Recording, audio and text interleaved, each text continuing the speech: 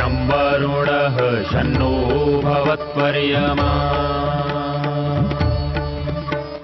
शन्न इन्द्रो बृहस्पतिः शन्नो विष्णुरुक्रमः ॐ शान्ति शान्ति शान्तिः।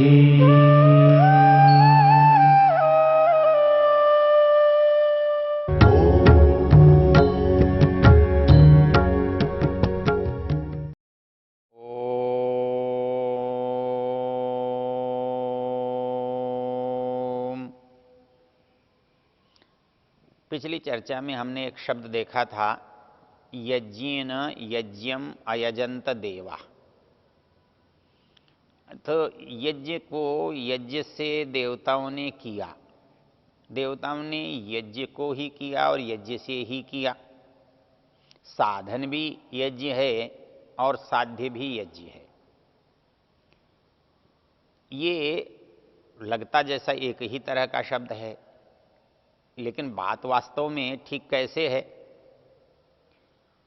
भाई? जो नियम आपके पुराने हैं उनको ही आप काम में लोगे, तो जैसे पुराने नियमों से कोई चीज़ लाभदायक होती थी, वैसे ही नियम आज यदि काम में लेते हैं तो वो भी लाभदायक होंगे। तो यज्ञेन यज्ञम अयजंत देवा। तो जो समझदार लोग होते हैं, जो विद्वान लोग होते हैं, वो परिस्थिति को समझ लेते हैं, जान लेते हैं और वातावरण में उस क्रिया को जैसे होता हुआ देखते हैं वैसा करके उसका लाभ ले लेते हैं। हमने संसार में देखा, ऊपर से वृक्ष से कोई फल नीचे गिरा रहा,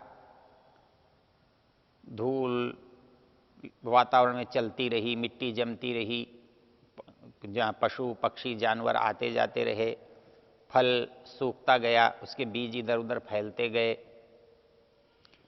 फिर वर्षा हुई तो हमने देखा वही बीज वहाँ से अंकुरित हो गए।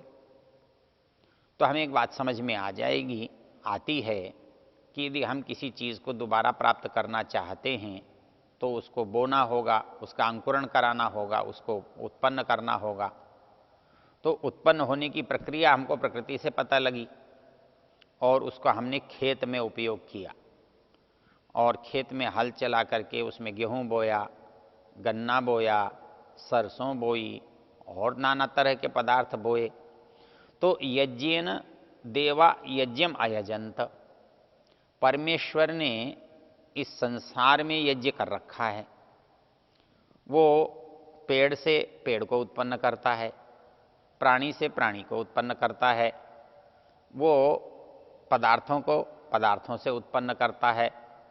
तो समझ में हमें आता है कि यदि इस संसार के नियमों को हम समझ लें तो हमको भी उसका लाभ मिल जाता है। तो हमने भी क्या किया कि खनिज से तो हमने धातु निकाल ली, हमने बीजों से फल और अन्न पैदा कर लिए।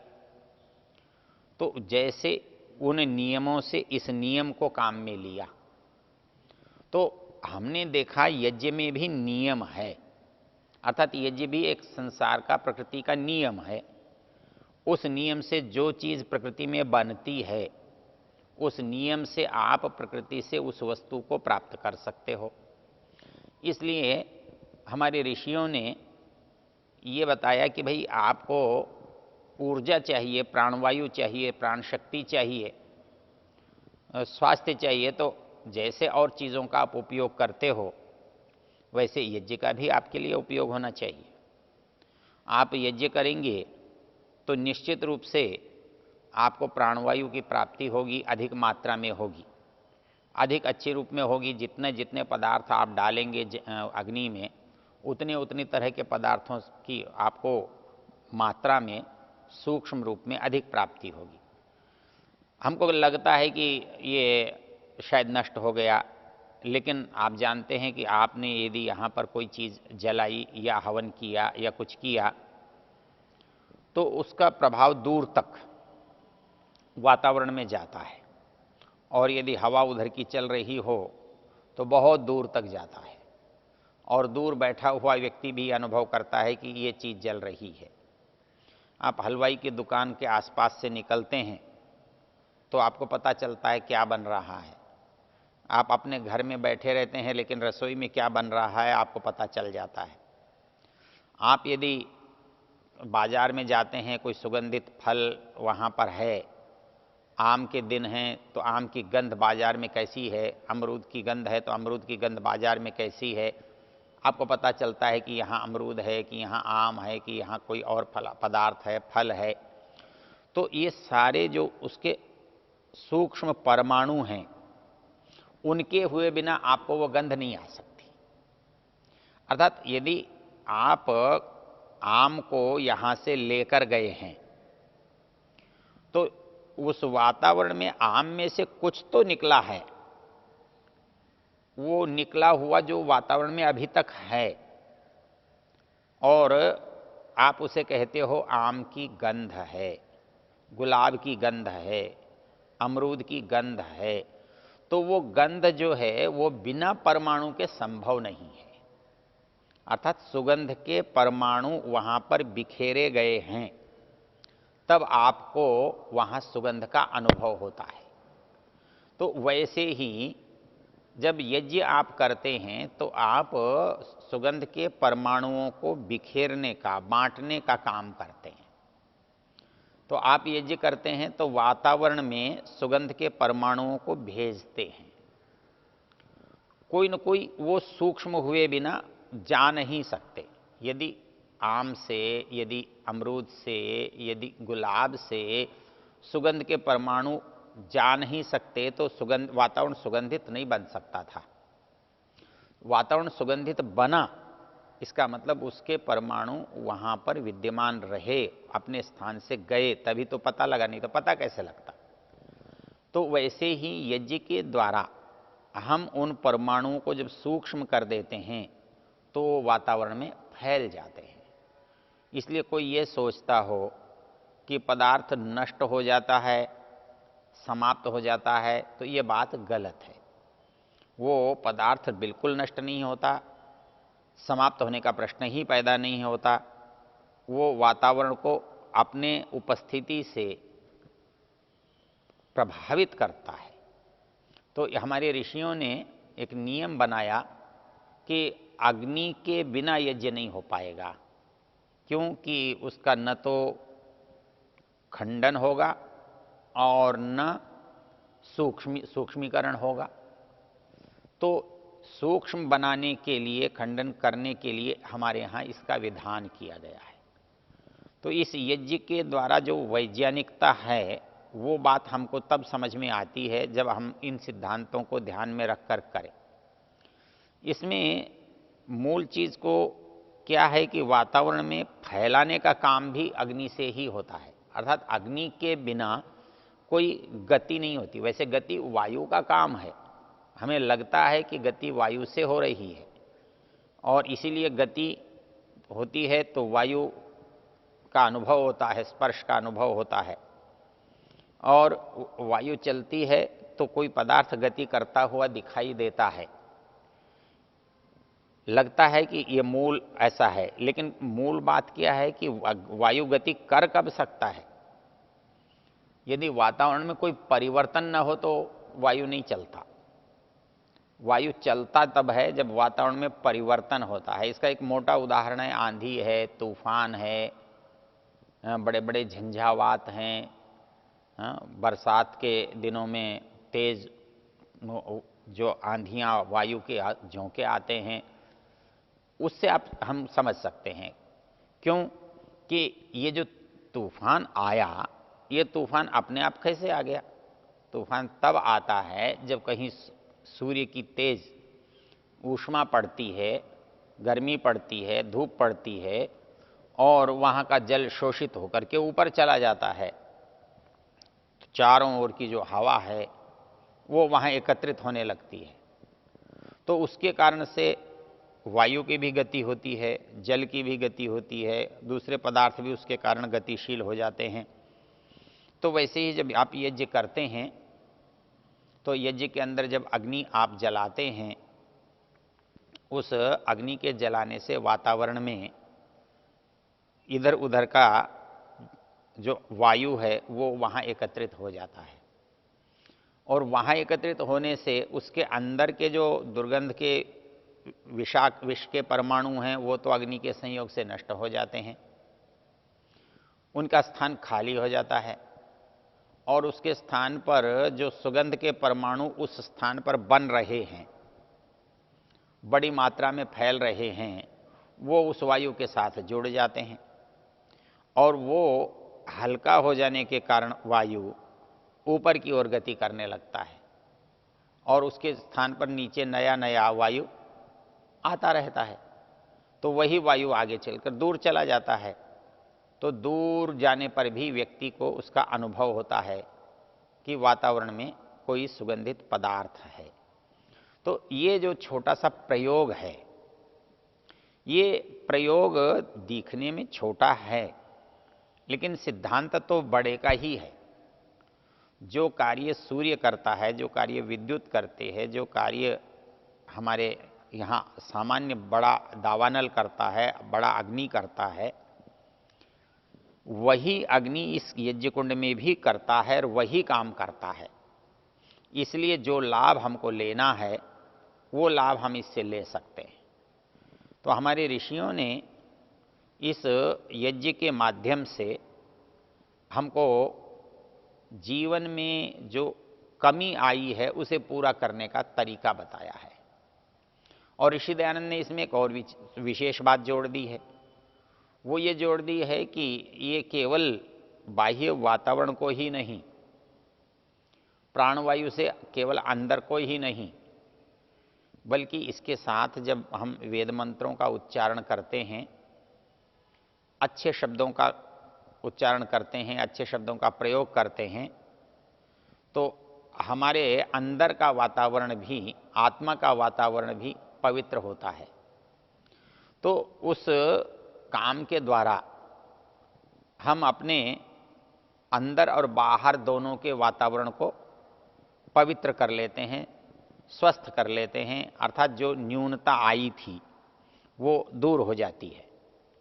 जैसे हमने सो कर के अपनी ऊर्जा को संचित किया था, जैसे हमने भोजन करके अपनी ऊर्जा को संचित किया था, तो वैसे ही इस प्राणवायु के द्वारा जो ऊर्जा हमें संचित करनी है, उस ऊर्जा को अच्छा बना करके यज्ञ के द्वारा और अपने को बलवान हम बनाते हैं, बना सकते हैं। इसलिए जैसे भोजन की आवश्यकता है, जैसे विश्राम की आवश्यकता है, वैसे ही जैसे स्वस्थ रहने के लिए आपको पवित्र भोजन चाहिए, आपको स्निग्ध शक्ति युक्त ऐसे पदार्थों का भोजन करना चाहिए। आप जब सोते हैं तो आपकी नींद गहरी होनी चाहिए, निर्विघ्न होनी चाहिए, लगातार होनी चाहिए। तो वैसे ही प्राणवायु भी आपका निश्चित रूप से अच्छा होना चाहिए। जैसे सोना प्रतिदिन की आवश्यकता है, जैसे भोजन प्रतिदिन की आवश्यकता है, क्योंकि हमारी ऊर्जा को कम करने वाली जो चीज़ें हैं वो हर समय हमारे काम में आती रहती हैं ऊर्जा के रूप में, तो ऊर्जा हर समय कम होती है। तो जो ऊर्जा हम भोजन से प्राप्त कर सकते हैं, इसलिए हमें प्रतिदिन भोजन करना पड़ता है। जो ऊर्जा हम सो कर के प्राप्त कर सकते हैं, इसलिए प्रतिदिन व्यक्ति को सोना भी पड़ता है। और जो सांस लेना है, ये उन सब से भी ज़्यादा ज़रूरी है। इसके बिना हमारा मस्तिष्क काम ही नहीं कर सकता, हम जीवित ही नहीं रह सकते। तो ऐसी स्थिति में हमें प्राणवायु भी उत्तम ही मिलना चाहिए। जैसे भोजन उत्तम मिलना चाहिए, जैसे निद्रा अच्छी मिलनी चाहिए, वैसे ही हमें प्राणवायु भी उत्तम मिलना चाहिए। तो हमारे ऋषियों ने प्राणवायु की उत्तमता के लिए इस यज्ञ का विधान किया है, इसकी व्यवस्था की है। जैसे हमारे पास भोजन का विकल्प क्या हो सकता है? भोजन का विकल्प तो भोजन ही है, भोजन तो करना ही होगा। तो सांस तो हम लेंगे, लेकिन सांस लेने में जो अच्छा ले सके, जिससे सांस लेने का हमको लाभ मिले, वो लाभ बिना यज्ञ के नहीं मिल सकता। इसलिए हमारे ऋषियों ने पंच यज्ञ में देव यज्ञ का विधान विशेष रूप से किया है। हमको लगता है कि हमको बिना यज्ञ के अच्छा तो काम चल रहा है, क्योंकि सांस लेने में कुछ कष्ट नहीं हो रहा है। लेकिन यदि हम देखें तो आजकल जितने लोग हैं वो सांस की बीमारियों से बहुत अधिक पीड़ित हैं, ग्रसित हैं। कोई दमे का शिकार है, कोई सांस में कष्ट आने का है, कोई किसी को श्वास वायु अच्छा मिल नहीं रहा है। तो हमारे ऋषियों ने एक सामान्य व्यवस्था के द्वारा प्रत्येक मनुष्य को स्वस्थ बनाने का उपाय किया था। इसलिए यज्ञ हमारे अनिवार्य किया गया है। हम लगता है कि ये बहुत व्यय साध्य है, किंतु जो व्यय हम अपने रोगों पर करते हैं, चिकित्सा पर करते हैं, दवाइयों पर करते हैं, उनसे अधिक नहीं है ये।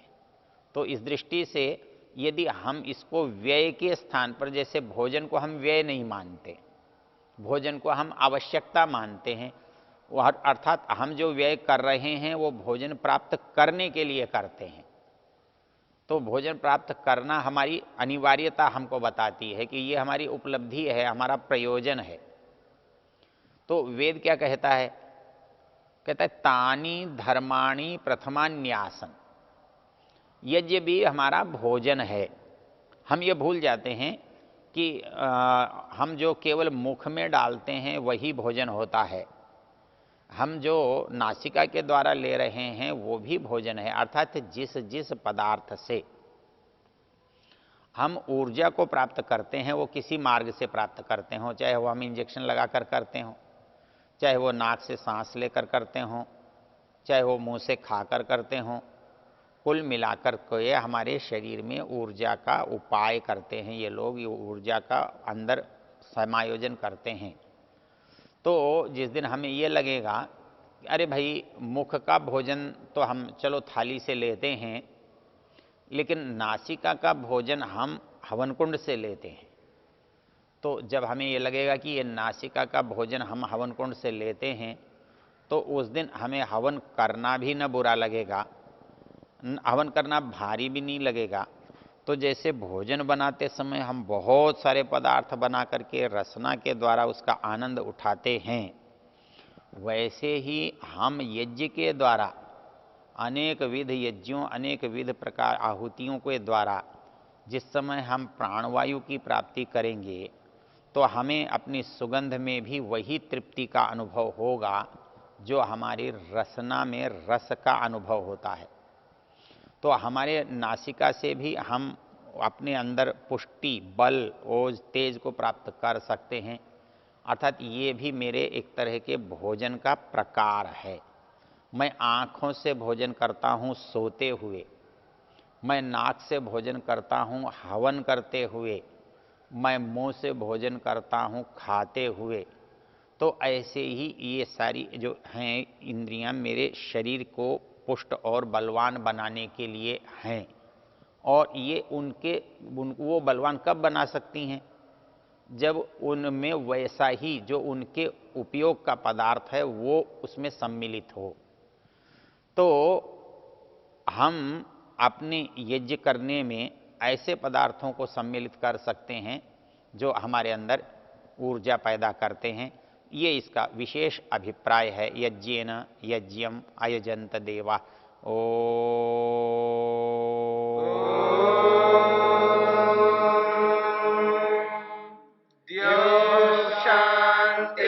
शांतिरंतरिक्षं शांतिर्पृथिवी शांतिरापः शांतिरोषधयः शांतिः वनस्पतयः शांतिर्विश्वे देवा शांतिर्ब्रह्म शांति सर्वं शांति शांतिरेव शांति क्षमा शांतिरेधि। ओम शांति शांति शांति।